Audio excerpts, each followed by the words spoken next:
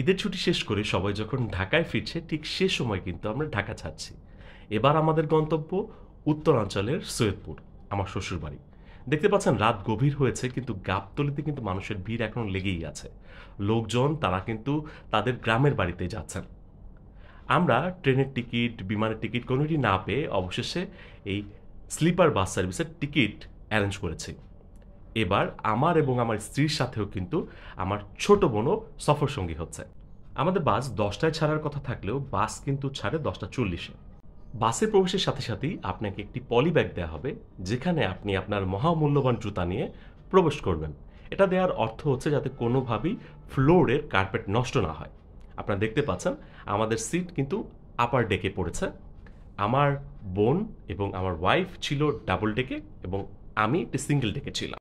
প্রতিটা ডেকে একটি করে পানির বোতল দেয়া আছে এবং এখানে কিন্তু জুতো রাখতে হয় এবং তার নিচে কিন্তু খুব সহজে আপনি আপনার ব্যাগ রাখতে পারবেন। ডাবল ডেকের তুলনায় এই সিঙ্গেল ডেকগুলো তুলনামূলকভাবে একটু বেশি ছোট। আমি কিন্তু প্রায় 6 ফিটের মতো হাইট আমার। আমি কিন্তু নিমেষেই পা যথাযথভাবে টার্ন করতে পেরেছি।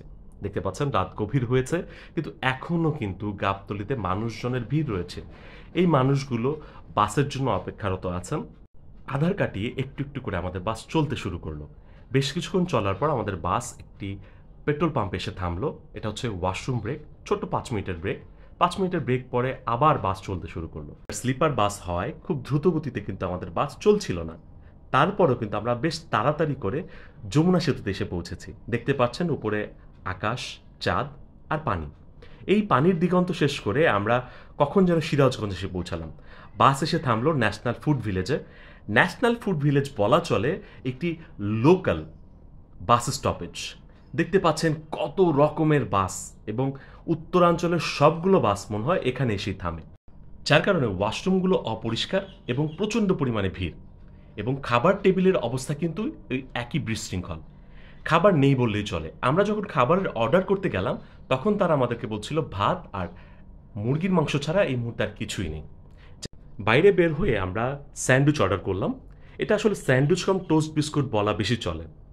যাই হোক আমাদের বাস আবার চলতে শুরু করলো ঘুটঘুটে অন্ধকার পার হয়ে একসময় ভোরের আলো ফুটে উঠল। আমরা সৈয়দপুর বাস স্টপেজে এসে থামলাম। সৈয়দপুর বাস স্ট্যান্ড থেকে আমার শ্বশুরবাড়ি বেশ কাছে। বাস আবার চলতে শুরু করলো। 2 মিনিট চলার পরেই আমাদেরকে বাস নামিয়ে দিয়ে চলে গেল তার গন্তব্য পঞ্চগড়ের দিকে। আমরা একটি অটো নিলাম। অটো করে 5 মিনিটের পথ যেতেই শ্বশুরবাড়ির কাছাকাছি চলে আসলাম। দেখতে পাচ্ছেন মুখটা একটু ঠিক করে নিলাম পানি দিয়ে ধুয়ে, কারণ শ্বশুরবাড়ি যাচ্ছে অনেকদিন পর। শ্বশুরবাড়িতে কী কী করলাম, কোথায় কোথায় খেলাম, কোথায় কোথায় ঘুরলাম সব কিছু জানাবো আপনাদেরকে। সে পর্যন্ত পাশে থাকুন। দেখা হবে পরবর্তী ব্লগে।